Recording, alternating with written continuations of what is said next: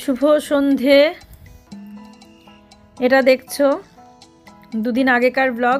এটা আগের দিন আর কি, যেদিন ঠাকুর নিয়ে আসা হলো তারপরে ঠাকুরের ড্রেসের মাপ নিতে এসেছে, পোশাকের মাপটা নিতে এসেছে। এরা হাওড়া আন্দুল থেকে এসেছে। আমি ওনাদের ঠিকানা পেয়েছিলাম হস্তশিল্প মেলাতে গিয়ে, আর সেখানে তখনই ওনাদের সঙ্গে কথা বলে আমি ঠিক করে নিয়েছিলাম যে ওনাদের কাছ থেকে ড্রেসটা তৈরি করাবো। তখনই ফোন নাম্বার নিয়ে রেখেছিলাম, কারণ আমি জানি আমি ঠাকুর নিয়ে আসব। তখন আমি ঠিকানা নিয়ে ফোন নাম্বার নিয়ে সব কিছু নিয়ে রেখেছিলাম যে ঠাকুর আসলেই আমি ফোন করব। তখন ওনারা বলেছিলেন যে এসে অর্ডার নিয়ে যাবে, এমনকি ডেলিভারিও দিয়ে যাবে, আবার সাজিয়েও দিয়ে যাবে ঠাকুর। সেই হিসাব করেই আমার ওনাদের বলা। তারপর ঠাকুর নিয়ে আসলাম। নিয়ে আসার পর ফোন করলাম। ফোন করে তখন দেখলাম যে হ্যাঁ আসলেন। এসে এই যে মাপ নিচ্ছে একবারে নিখুঁতভাবে, যেমনভাবে একটা মানুষের মাপ নেয় ঠিক সেইভাবেই প্রত্যেকটা অঙ্গ প্রত্যঙ্গের মাপ নিয়ে ঠিক সেইভাবেই পোশাক তৈরি করবে। রাধার ঘাগরা হবে, কিন্তু ঘাগরাটা একটু অন্য স্টাইলে হবে, লেহেঙ্গা স্টাইলে। আর কৃষ্ণের ধুতি হবে, আর কোমর কাংচি না কোমর কি একটা বলে, আর একটা হয় ওপর থেকে ঘাগরা মতো ছোট্ট, সেই জিনিসটা হবে। তারপর মুকুট, পাগড়ি সব কিছু তো আছেই, হাতের কানের গলা সমস্ত কিছু গহনাও তৈরি করে। তাই এইটুকু আমি ভিডিও করে রেখেছিলাম, সেটাই তোমাদের সঙ্গে শেয়ার করলাম। এরপর পরের দিনের ভিডিও তোমাদের সঙ্গে শেয়ার করব। পরের দিন আমাদের ঠাকুরের মন্দির তৈরি হবে, সেই মন্দিরটা আমি শেয়ার করব। সুপ্রভাত, নমস্কার জানিয়ে আজকে আবার একটা নতুন দিন শুরু করলাম। নতুন দিনে নতুন সকালে আবার তোমাদের সামনে একটা সুন্দর নতুন ব্লগ নিয়ে চলে আসলাম। আমার ঘরে বাইরে লাইফস্টাইলে তোমাদের সবাইকে স্বাগত জানাচ্ছি। তোমরা এসো, দেখো সারাদিন আমি কি করছি। আশা করছি তোমরা নিশ্চয়ই ভীষণ ভালো আছো, আর আমি তো ভীষণ ভালো আছি রাধা কৃষ্ণের কৃপায়।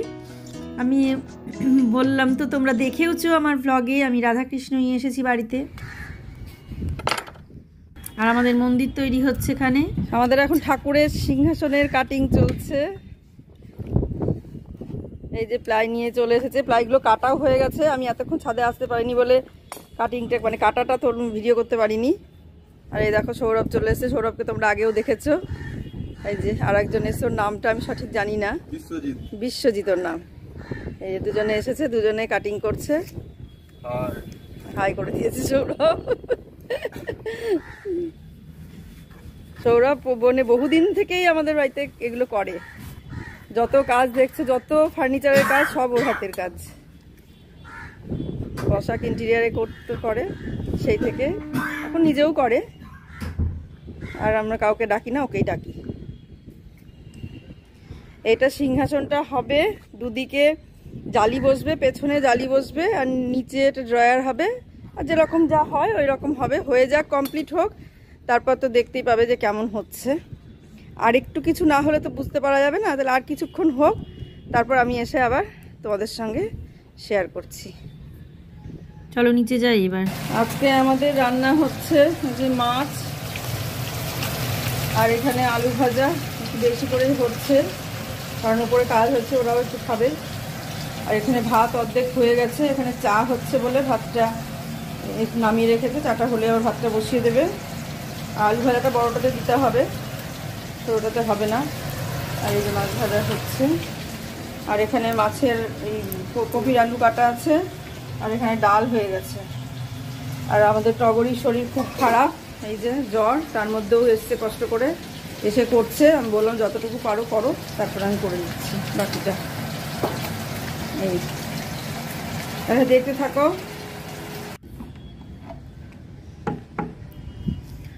আবার ছাদে চলে আসলাম। দেখতেই পাচ্ছ আমাদের মন্দিরটা তৈরি শুরু হয়ে গেছে। নিচে যে ড্রয়ারটা হবে, ড্রয়ারটা তৈরি হচ্ছে।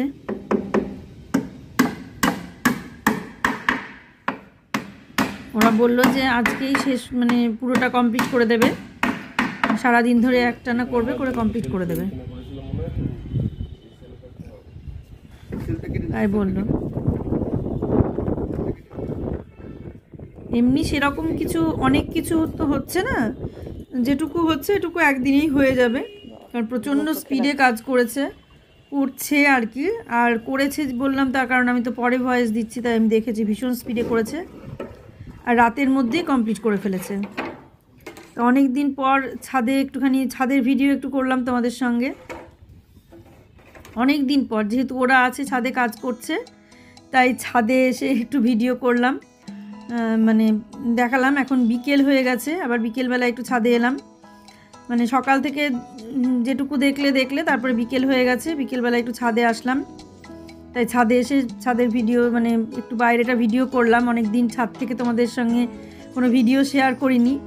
তো দেখো বিকেলবেলায় ভিডিওটা খুব সুন্দর লাগছে, সূর্যটা অস্ত যাচ্ছে ঠিক সেই সময়, পড়ন্ত বেলা অস্ত যাওয়া সূর্য, অদ্ভুত সুন্দর দৃশ্য, খুব সুন্দর দেখে আমি আর লোভ সামলাতে পারলাম না, এত ভালো লাগছিল পরিবেশটা ওই সময়টা।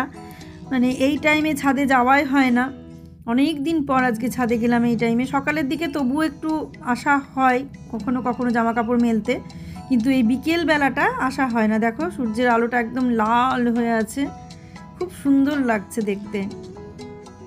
ওরা কাজ করছিল, তা ওই সময়টা এসে আবার এখানে বসলাম। এই দেখো তখন সকালে দেখলে শুধু একটা ঢপ, আর এখন দেখে এটা মোটামুটি কমপ্লিট হয়ে গেছে।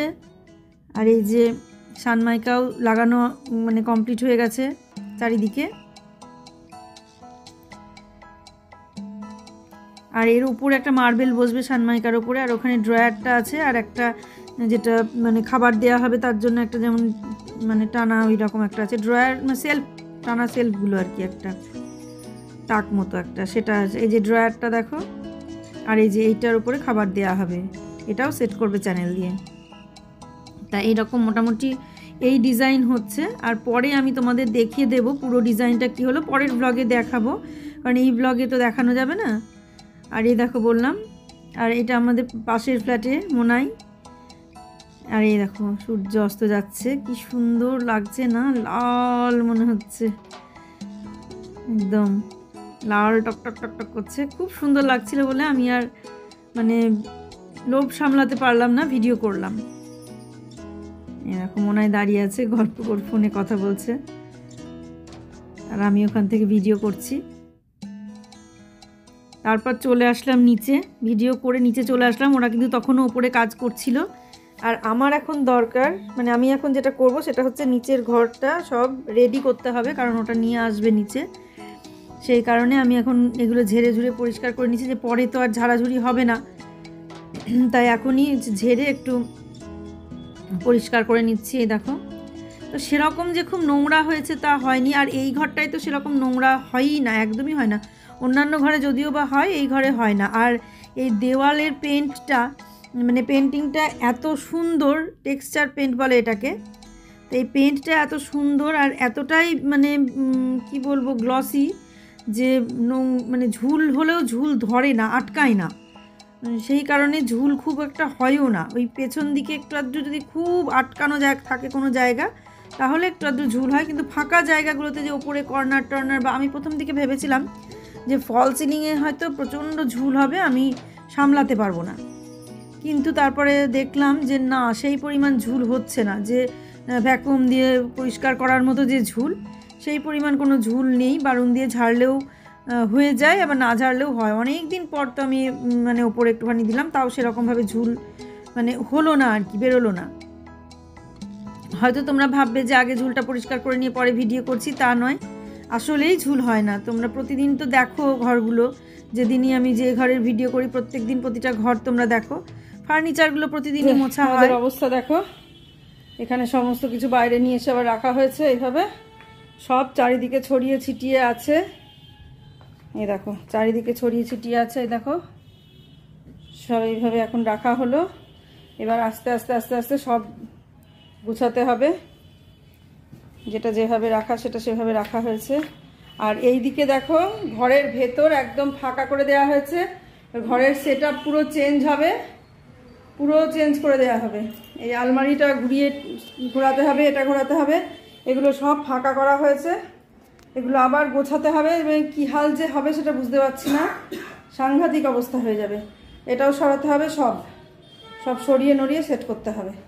একটু করে ঝাড় দিচ্ছি, এ করছি, আবার করছি। তাহলে দেখতে থাকো যতদূর যা পারি। গুছানোটা খুব একটা শেয়ার করতে পারিনি, মোটামুটি আলমারি জামা কাপড় ফাঁকা করাটাই তোমাদের সঙ্গে শেয়ার করেছি। আর অন্যান্য তারপর প্রথমে শেয়ার করতে গেলাম, তারপর দেখলাম যে ভিডিও করতে করতে যদি কাজ করছি তো প্রচুর টাইম লেগে যাচ্ছে। আর আমার হাতে এখন এতটাও টাইমও নেই যে আমি এতটা কাজ করতে করতে ভিডিও করব আর মানে তোমাদের সঙ্গে মানে শেয়ার করব সেই ভিডিওটা। সেই কারণে যেটুকু পেরেছি মোটামুটি সেইটুকু খুব অল্পের মধ্যে দিয়ে আমি ভিডিওটা শেয়ার করেছি তোমাদের সঙ্গে, যে আমি মানে গোছানো চলছে সেইটা বোঝানোর জন্য যেটুকু করা সেইটুকুই করেছি। তার আগে তার থেকে বেশি আর করতে পারিনি, মানে এতটাই কাহিল হয়ে গিয়েছিলাম তোমরা বুঝতেই পারছো যে কিভাবে মানে কি পরিস্থিতি আমাদের বাড়ির। তো ওই পরিস্থিতির মধ্যে থেকেও যেহেতু এগুলো করতেই হবে, কিছু করার নেই, তাই আর এগুলো ফাঁকা না করলে আলমারিটা নড়ানো যাবে না, প্রচণ্ড ভারী, এমনিতেই আলমারিটা ভীষণ ভারী, আর তার সঙ্গে ধরো জামা কাপড় আছে, ঠাকুরের বাসন আছে নিচে, সেই কারণে আরও ভারী।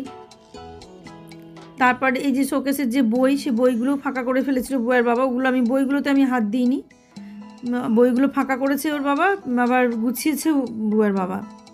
আর এগুলো আমাকেই করতে হচ্ছে, কারণ জামা কাপড় অতটা মানে ভালো মতো বোঝে না, কম বোঝে, যেভাবে যা বলবো সেভাবে সেগুলো করতে পারবে, কিন্তু এই জামা কাপড় গোছানোর ব্যাপারটা অতটা মানে পারবে কি না সেটা হলো ব্যাপার। এটা আমি করলাম।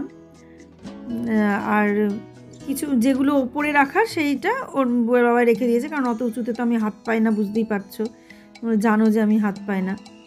আর এই জামা কাপড়গুলো এখন নিয়ে গিয়ে ওই মাঝের ঘরের খাটের ওপর সব রাখছি, তারপর আলমারিটা সরিয়ে নিয়ে আবার এগুলো নিয়ে আসবো। আর তোমাদের আর একটা বলি, এটা তো তোমরা প্রথমবার দেখছো আমি জামা কাপড়গুলো বের করছি, এটা দ্বিতীয়বার হয়েছে আর কি, মানে আরও একবার আমাকে এই কাজটা করতে হয়েছে, আবার জামা মানে এগুলো বের করা করে আবার আলমারি গুছানো, এটা দ্বিতীয়বার করতে হয়েছে আবার।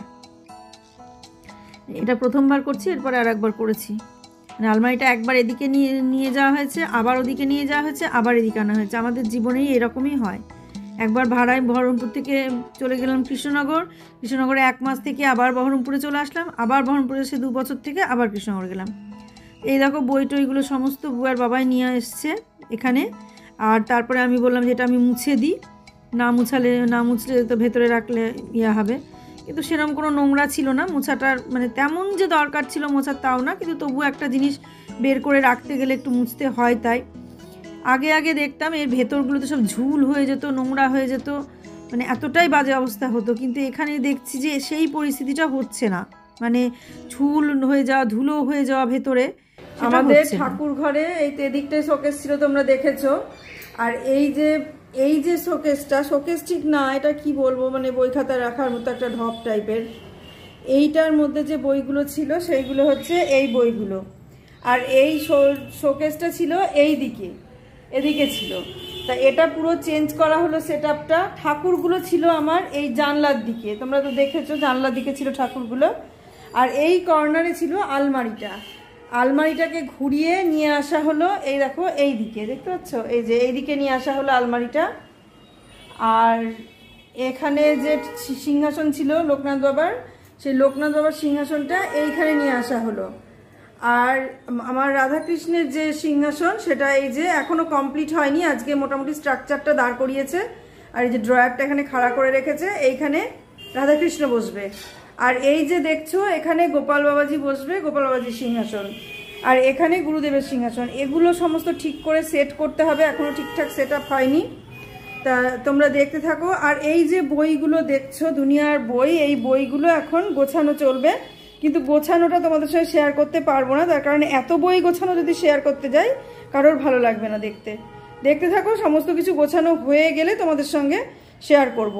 আর এই আলমারিটাও গোছাবো, আলমারির মধ্যে শুধু ঠাকুরের বাসন যে কটা ছিল সেই কটা গোছানো হয়ে গেছে। এই দেখো এগুলো আমি গুছিয়ে নিলাম, এগুলো বার করেছিলাম সবগুলোই, এগুলো গুছিয়ে নিলাম। আর এই আলমারি দেখো পুরো ফাঁকা করে ফেলেছি, তোমরা দেখেছো যখন ফাঁকা করেছি, তাই এটা আবার মানে গুছিয়ে নেব। এখন আপাতত এই বইগুলো গোছানো হোক, তারপর আলমারি গোছানো, তারপর এই যে সেলফটা দেখছো এর মধ্যে প্রচুর ফাইল ছিল, সেই ফাইলগুলো গোছাতে হবে, তারপর এখানে টেবিলটা নিয়ে এসে রাখতে হবে, টেবিলটা পরে ব্যবস্থা করা হবে। আর এখানে যেটা ছিল কম্পিউটার টেবিলটা, সেটা ভাঙা ছিল, কোনো রকমের পায়াতে কিছু দিয়ে রাখা ছিল, সেটা সরিয়ে দেওয়া হলো।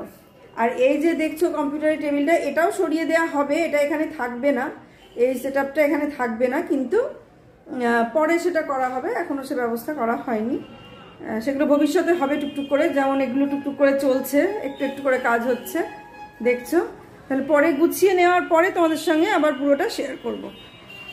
এই দেখো আলমারি খানিকটা এই মোটামুটি এইটুকু রাখা হয়েছে জিনিস সমস্ত কিছু, আর এখানে একদম প্যাকটা ভর্তি, কি অবস্থা সে বুঝতেই পারছো কি অবস্থায় কি হয়। তা এই চলছে, এগুলো এখন পুরোটা গোছানো হবে। আমি গোছানোর সময়টা তোমাদের সঙ্গে শেয়ার করতে পারছি না, কারণ এত গোছানো যে শেয়ার করব সেটা সম্ভব নয়। আর এদিকে বাইরেটা দেখিয়ে দিই ধরো, আর এই শোকেসটা এইভাবে আছে, শোকেসটা একটুখানি গুছিয়ে নেবো ঠিকঠাক করে, ওটা মোটামুটি গোছানোই আছে, তবু আরেকটু গুছিয়ে নেবো। আর তো দেখালামই এখানে কম্পিউটার টেবিলটা চলে এসেছে, আর এই জায়গাটা যে ফাঁকা এটা ঠিক করে নেবো। আর বাইরেটা দেখো,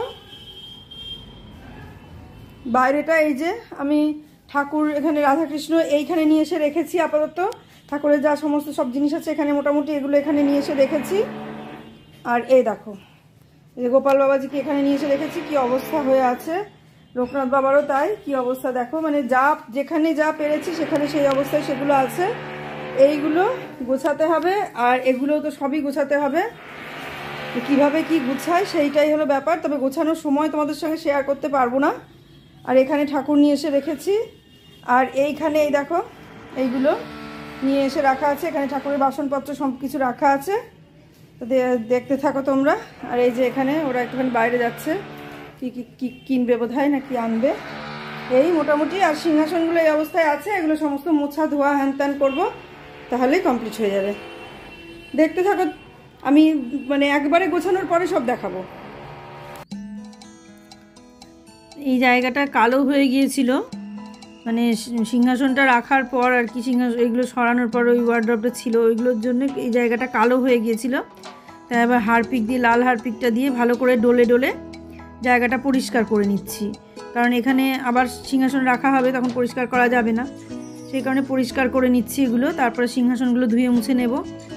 আর একটু আগে তোমাদের সঙ্গে যখন আমি কথা বলছিলাম সরাসরি, তখন যে আওয়াজটা তোমরা পাচ্ছিলে সেটা আমাদের না, নিচের ফ্ল্যাটে বা তার নিচের ফ্ল্যাটে কোনো ফ্ল্যাটে একটা ড্রিল মেশিনের কাজ হচ্ছিল বলে আওয়াজটা খুব সাংঘাতিক জোরে হচ্ছিল। তোমাদের একটু অসুবিধেই হলো মনে হয় শুনতে, একটু কষ্ট করে শুনে নিও। আর এই দেখো এই জায়গাটা এই লাল লাইজল হারপিক লাল লাইজলটা দিয়ে ভালো করে ভিজিয়ে রাখলাম। হারপিক দিলে তো পলিশটা কেটে যাবে, সেই জন্য লাল হারপিক দিয়ে ভালো করে ভিজিয়ে রেখে দিলাম। দিয়ে তারপরে এখন এটা মুছে পরিষ্কার করে নেবো, তারপর সাদা ধবধা হয়ে যাবে। আর ওই কর্নারটাও তাই করতে হবে, এইভাবে প্রত্যেকটা জায়গায় আমি ভালো করে ক্লিন করে নেব। আর ঠাকুর বসানোর আগে আবার তো ভালো করে ঝাঁট দেবো, ক্লিন করব। আর এখনও তো পুরো কমপ্লিট হয়নি, এগুলো সরিয়ে নড়িয়ে নিয়েও আমি কিছু করতে পারবো না, সেই কারণে মোটামুটি পরিষ্কার করে রাখা হচ্ছে। তারপরে পুরোপুরি পরিষ্কার যখন হয়ে যাবে তখন সমস্ত কিছু সিংহাসনটা কমপ্লিট না হলে, ইলেকট্রিকের কাজটা পর্যন্ত কমপ্লিট না হলে কিছু করা যাবে না। তাই এটার পরে এখন এটাতে জালি লাগানো হবে, তারপরে ইলেকট্রিকের কাজ হবে, তারপর মার্বেল বসবে, পরপর একটার পর একটা হতে থাকবে। কিন্তু ইলেকট্রিকের আবার স্ট্রিপ লাইট পেছনে বসবে, সেটা যদি না লাগানো হয় তাহলে আবার জালি লাগানো যাবে না। বিভিন্ন রকম কাঠের, ইলেকট্রিকের, মার্বেলের তিনটে মিস্ত্রি একসঙ্গে আসলে তবেই কাজ হবে। তো তিনজন একসঙ্গে না আসলে আবার পরের দিনের কাজটা হবে না। তা এইভাবেই এখন আজকের দিনটা এইভাবেই হলো, মোটামুটি হয়ে গেল। তো সবাইকেও ফোন করা হয়েছে, ইলেকট্রিশিয়ানকেও ফোন করা হয়েছে, মার্বেল যে লাগাবে তাকেও ফোন করা হয়েছে, পরপর সবাইকে ফোন করা হয়েছে। তো সবাই একসঙ্গে জড়ো হবে পরের দিন, হয়ে তারপরে সব ঠিকঠাক হবে। এই দেখো তোমাদের সঙ্গে কথা বলতে বলতে সিংহাসনগুলোকে আমি ক্লিন করে নিচ্ছি। আর প্রতিটা সিংহাসনই এইভাবেই ক্লিন করে নিয়েছি। প্রথমে শুকনো কাপড় দিয়ে আগে ভালো করে ধুলোটা ঝেড়ে নিয়েছি, তারপর শ্যাম্পু জল দিয়ে ভালো করে মুছে নিয়ে, তারপরে আবার পরিষ্কার জল দিয়ে মুছে নিয়ে, তারপরে শুকনো পরিষ্কার কাপড় দিয়ে আবার মুছে নিয়েছি। এইভাবে তিনটে সিংহাসনই আমি পরিষ্কার করেছি। আর যেখানে ওংটা বসানো ছিল তার চারপাশ দিয়ে এত ধুলো হয়ে গিয়েছিল, ওংটা তোলার পর দেখছি সাংঘাতিক ধুলো। তারপরে ওই ধুলোটা পরিষ্কার করে নিয়ে তারপরে আবার ওংটা বসালাম। তাই দেখো এখন এটা হচ্ছে গোপাল বাবাজির সিংহাসন। গোপাল বাবাজির সিংহাসনটা ভালো করে পরিষ্কার করে নিই।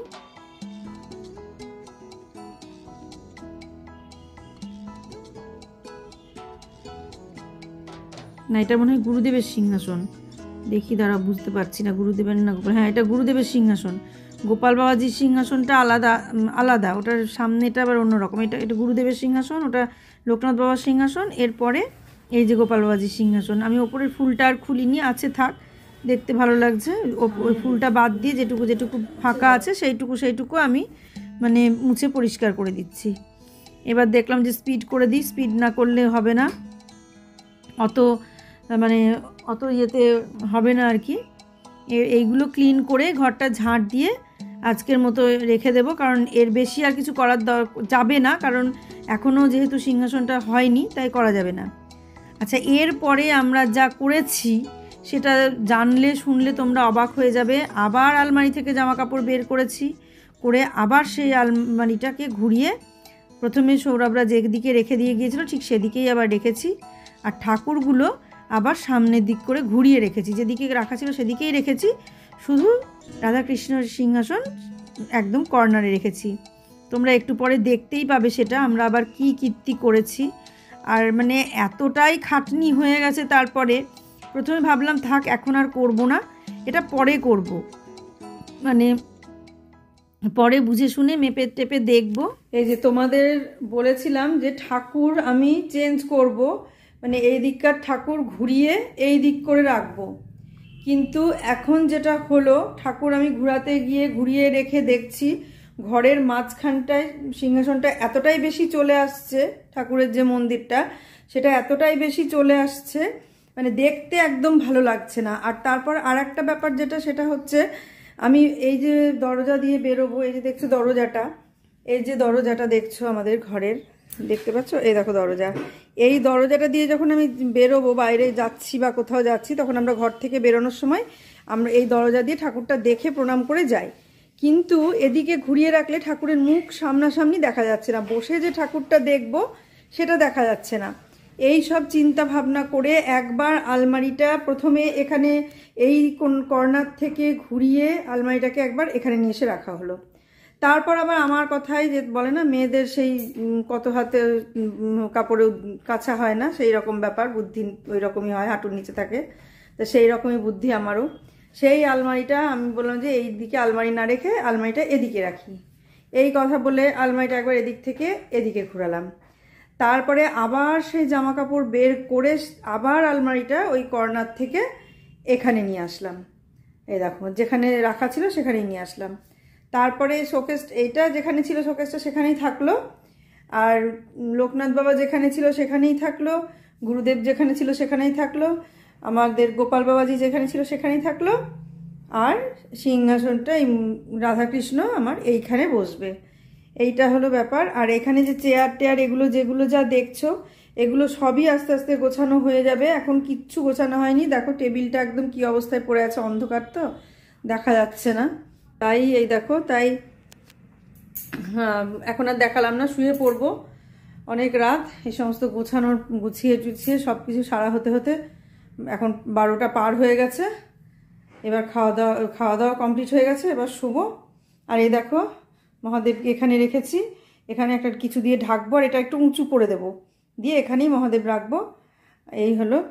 আর এখানে লোকটা যে যেখানে যেভাবে ছিল সে সেখানে সেভাবেই থাকলো, মাঝখান থেকে শুধু নড়ানো চড়ানোটাই আমার খাটনিটাই সার হলো। আজকের মতো তাহলে ব্লগটা আমি এখানেই শেষ করছি।